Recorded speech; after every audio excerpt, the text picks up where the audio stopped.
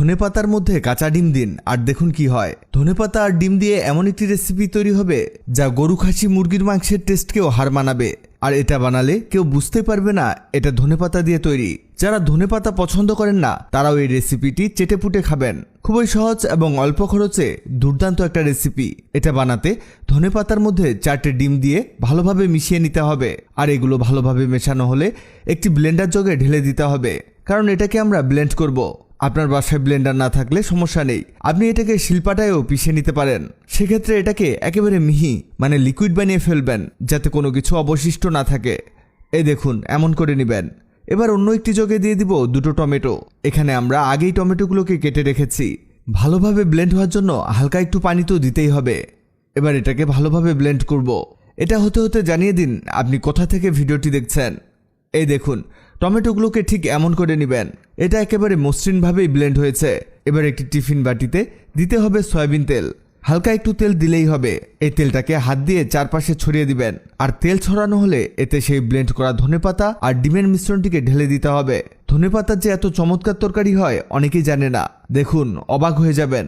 আরও অবাক হবেন যখন এটা খাবেন, কারণ এর টেস্ট সত্যি অসাধারণ। এটা ঢাকনা লাগিয়ে দিয়ে একটি সসপ্যানে দিয়েছি আর এতে পানি দিয়েছি।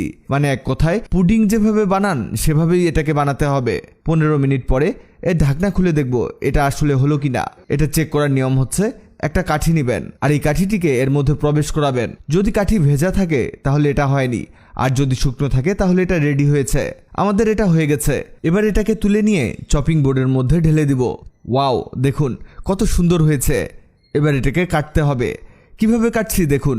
এখানে কিন্তু কেটে নেওয়াটা ইম্পর্ট্যান্ট, আর অবশ্যই চারকোনা শেপ দিয়ে কাটতে হবে। আর এটা কাটতে কোনো রকম বেগ পেতে হবে না। দেখুন কত স্মুথলি আমরা কেটে নিচ্ছি, আর এটাকে কতগুলো পিস করে নিয়েছি। আপনিও এভাবে পিস পিস করে কেটে নেবেন। এবার একটি প্যানের মধ্যে দিতে হবে সামান্য তেল আর 4টি কাঁচামরিচ এতে ভেজে নিতে হবে। হালকা ভাজা দিলেই হলো। এমন ভাজা ভাজা হলে দিতে হবে পেঁয়াজ কুচি। 2টো পেঁয়াজ কুচি এতে দিয়ে দিবেন। এবার পেঁয়াজগুলোকেও ভাজতে হবে, মানে ভাজতে ভাজতে একেবারে ব্রাউন কালার করা যাবে না, মানে পেঁয়াজগুলো যাতে হালকা নরম হয় এমনভাবেই ভাজতে হবে। এবার এর মধ্যে সেই ব্লেন্ড করা টমেটোর পেস্টটিকে ঢেলে দিব। চমৎকার মজার জিনিস তৈরি হচ্ছে। এবার এতে দিয়ে দিব আদা রসুন বাটা 1 চামচ, স্বাদ মতো লবণ, হালকা হলুদ গুঁড়ো, স্বাদ মতো মরিচ গুঁড়ো দিয়ে এটাকে মিশিয়ে নিতে হবে। আর যাতে মশলাগুলো ভালোভাবে গলে যায় তার জন্য সামান্য পানি এতে দিয়ে দিবেন। এবার মশলাগুলোকে ভুনা করতে হবে। এই অবস্থাতে নাড়তে থাকুন, তা না হলে পুড়ে যাবে। আর যখন এটা তেল ছাড়তে শুরু করবে তখন এতে সেই কেটে রাখা ধনেপাতাগুলোকে দিয়ে দিব। দেখতেই পাচ্ছেন কত মজার খাবার তৈরি হচ্ছে। এটা মাখা মাখা করে নিতে হবে। এটা 2-3 মিনিট ভেজে নিয়ে এতে দিয়ে দিব পানি। হালকা পানি দিয়ে এটাকে ঢেকে রাখবো